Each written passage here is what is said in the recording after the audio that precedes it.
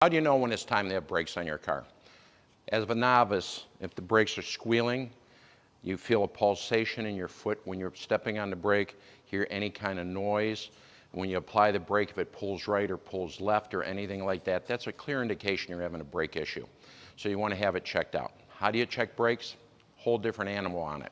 As you can see by over here, this is a front disc brake assembly on it, and this part is called the rotor, this is called the caliper, and then down inside here we have what we call the brake pads.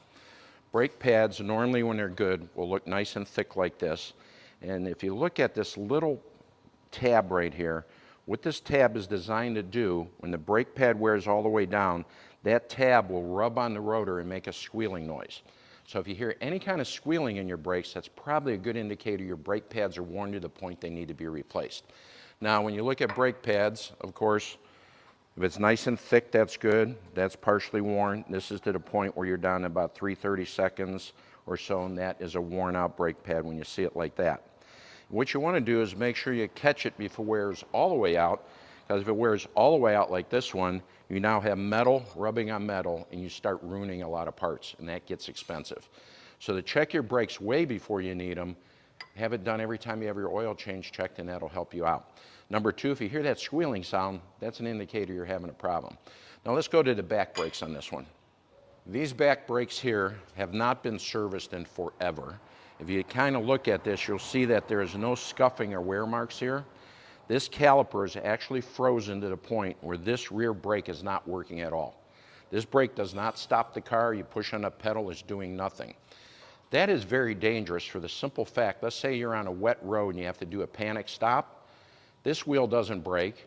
The left one is not braking also, so all you're doing is braking with the front of the vehicle. That could cause you to lose control of the vehicle, spin right off the road. So it's very important to have the brakes checked every time you have your oil change done to prevent things like this being overlooked.